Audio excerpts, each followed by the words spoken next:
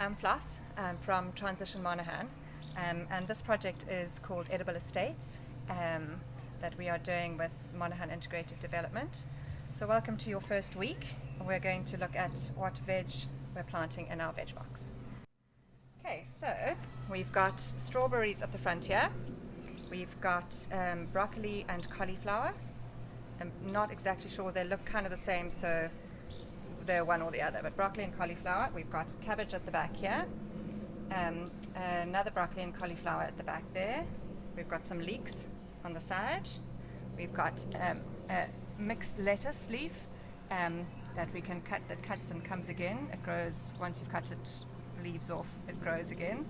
And then we've got a curly kale over here, and in the middle we've got our rosemary. That's the herb.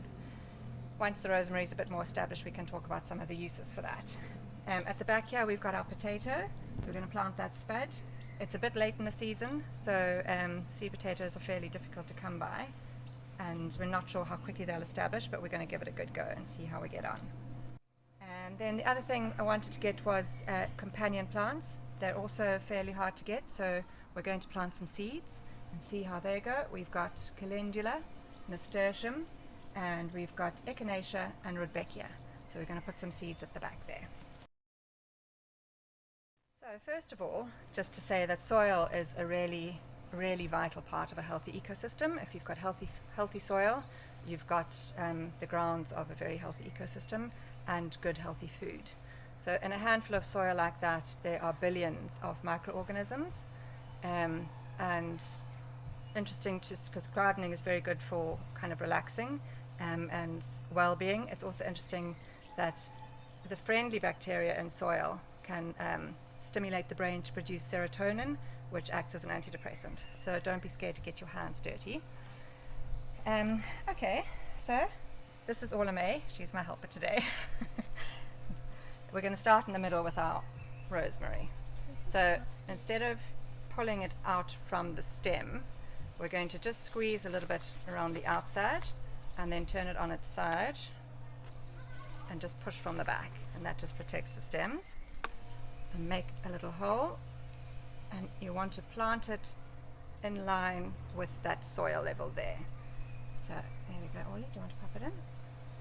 Well done. I'll put that in there, push the soil around it, and then we'll do the leeks. We're just going to make, do you want to do the middle one? I'm going to do this middle one here. So you're going to make a little hole over there. Okay. I'm going to take a big hole. Okay. Put that in. And I'll make a hole over here. Right.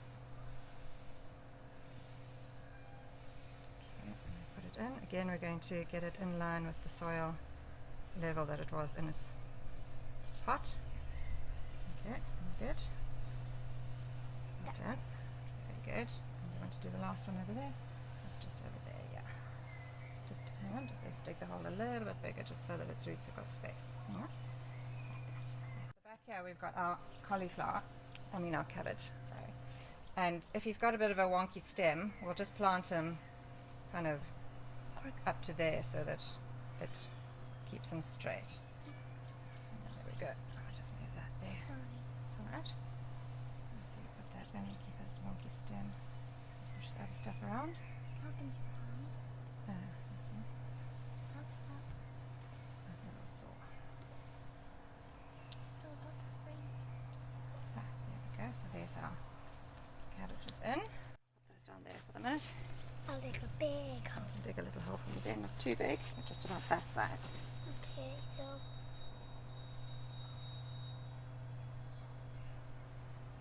Well done. That's great. I just squam them dig holes. Perfect. And you can push it down gently. Give it a little bit of a gentle push down around there. Okay. Right. Okay. And then, I'll dig a big. okay, right, just where that hole is there and one there, you're going to dig two big holes for me. And again, we're just going to squeeze the outside of it and just bend it on its side and just push and shake from the back so that we don't. Oh. Okay, just give it a bit of a shake. Put that in there. Right. Okay, and this our little curly kale. Dig a little hole there. A bit bigger than that. Right, there we go. Okay, so dig a nice big hole in there. A big one. A big, look here, a long, kind of a long one like that, so that we can lay that in like that. Teeny bit deeper. Your potato will go in probably about maybe 2 inches under the soil, and just a good compost then. Right. Okay, now we're going to do the flowers. Hang on, we'll water it at the end when we've done the seeds as well. So we'll get a couple of little calendula seeds. Hold that for me. Those and nasturtiums. I hope you do those. So do it. I know Okay. so itchy. Good. I know so itchy. Okay.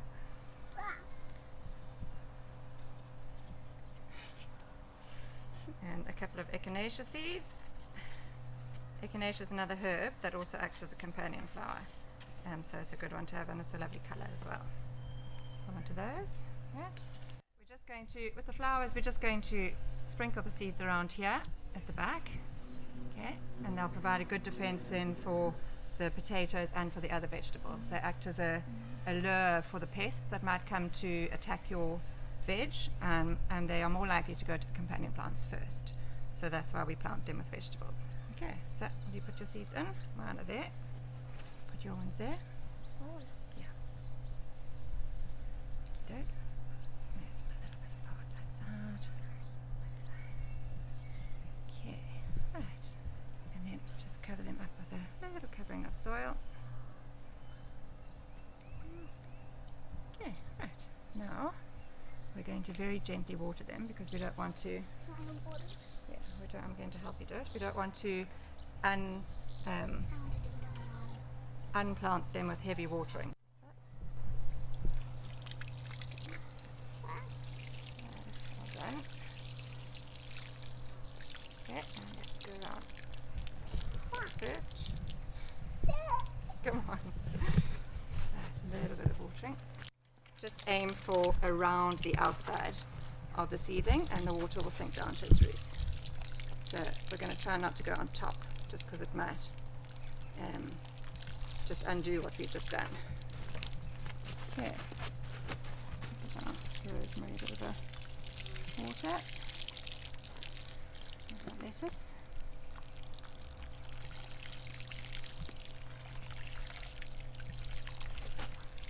This first week you're going to want to be on slug patrol. Fresh new seedlings are a slug's favourite food, and if you don't keep an eye out for them, then they can do a lot of damage to your plants.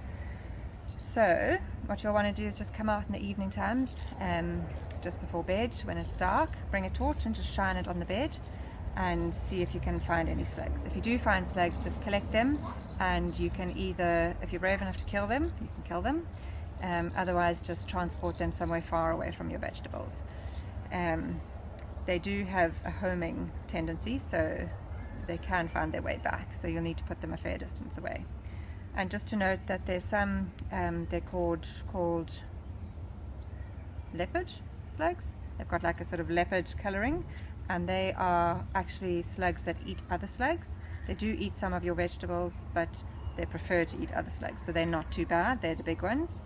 It's the little teeny tiny slugs that you really want to keep an eye out for. So you're going to want to look under leaves, and just along the edge of the bed, and under any pots and things that might be around your bed, just to make sure that there are none that are hiding in wait for your vegetables.